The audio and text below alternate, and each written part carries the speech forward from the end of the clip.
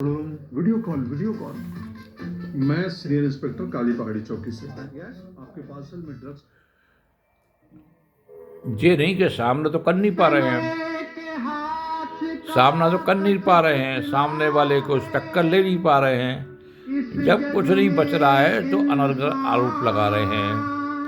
कभी कहते 35,000 का घपला कर दिया, कभी कहते 1 लाख का घपला कर दिया।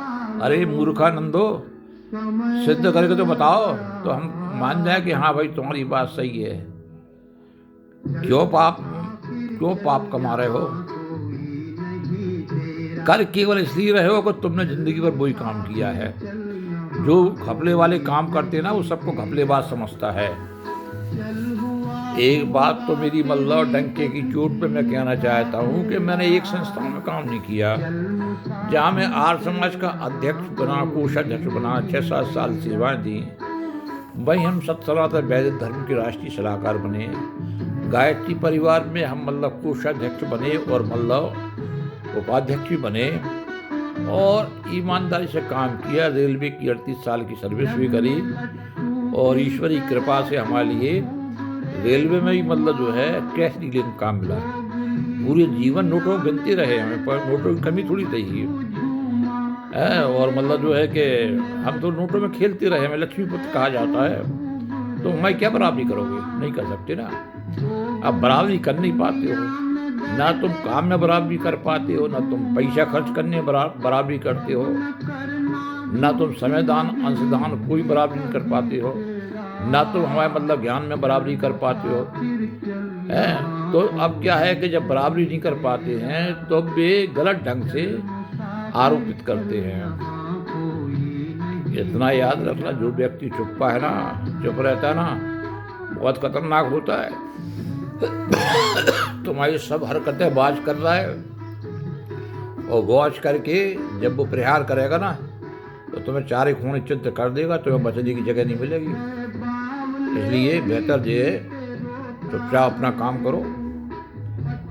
जहाँ तक उसका झूठ मत बोलो, जहाँ तक घुस सके किसी को, जब तक आपके पास पुख्ता प्रूफ नहीं है, कुछ नहीं है हाथ में, तो किसी को आरोप मत लगाओ। और आरोप लगाने के बाद सामने वाला व्यक्ति भी मानहानि का दावा कर सकता है, ये भी ख्याल रखो। और दूसरी बात क्या है, आप अपना देखो, अपना काम करो, जो आपसे बने सेवा करो और सबसे मधुर व्यवहार बनाओ। ये सीटें तो आती जाती रहती, ये पद तो कोई विशेष महत्व नहीं रखते हैं। सैनी जी ने तो बहुत पदों पे रह लिया और देख लिया, पर उनको कोई इतनी मोह नहीं हो। फिर मतलब धार्मिक संगठनों के पद से फायदा क्या है? सवाल ये है ना। ये तो कांटों का ताज है। जो मान लो उसको पहन के पदों को लेते हैं तो वास्तव में वो मतलब सम्मानीय है, वंदनीय है। अगर जो बिल्कुल ईमानदारी से काम कर रहे हैं ना, वो तो उनको सम्मान मिलना ही चाहिए, क्योंकि ये कांटों का ताज हर किसी के बूते का काम नहीं है। जो काम कर रहे हैं उनके लिए मतलब बार बार ही मतलब जो है इसके लिए धन्यवाद है। मगर आप पुण्य की कमाई कर रहे हो, मगर ये अनर्गल दूसरों पे आरोप लगाकर तुम क्यों मतलब जो पाप कमा रहे हो? मत कमाओ, इससे फायदा नहीं होगा। क्योंकि मतलब ये है जो तुम्हारी हताशा को दर्शा रही है, तुम्हारी मूर्खता को दर्शा रही है, तुम्हारी अज्ञानता को दर्शा रही है। सामना करो ना, हम थोड़ी मना करें सामना मत करो, सामना करो। हमारे काम में सामना करो। हम कितने दौड़ते उससे सामना करो। हम कितना अपना ज्ञान का प्रचार करते इससे सामना करो। हम कितना समय लगाते इससे सामना करो। हमें कर दो डाउन, इतना हमसे ज़्यादा करो ना, जिससे हमारी पोजीशन तुमसे नीचे हो जाए। ये तरीका है हमें डाउन करने का। ये तरीका नहीं है अनर्गल आरोप लगा के और मतलब जो है डाउन करने की कोशिश कर रहे हो तुम। ये उनको हड़काना, उन पे लगाना आरोप, जो इस टाइप के है जो तुम्हारे आरोपों से घबरा जाए। यानी किसी की आरोपों से नहीं घबराता, उसका तो खुला खीर फरक्काबादी है। उसको इतने पैसे मिलते हैं सरकार की तरफ से कि उसको आवश्यकता नहीं है पैसे की। उसके पास मालिक ने बहुत दिया है, कोई कमी नहीं है।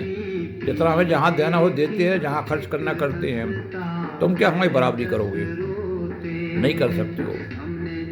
तो मेरा निवेदन सबसे यही है, मेरे से क्या किसी से भी मतलब अपन ये संस्थाएं तो जो है ये पद तो आते जाते बने रहते हैं, अपने व्यक्तिगत संबंधों को ना मतलब खराब करें, किसी व्यक्ति के ऊपर ना फालतू के आरोप लगाएं, किसी व्यक्ति के ऊपर ना मतलब ऐसे आरोप लगाएं कि उसको दुख पहुँचे। और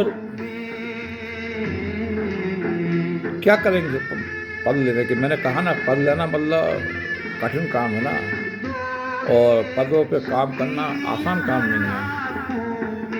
तो कौन को पड़ रही है कि उस आग में कूदने की है, फिर भी अगर मान लो आग में कूद के पदों का संचालन करता है तो वो वीर है, गुरु जी का सच्चा भक्त है।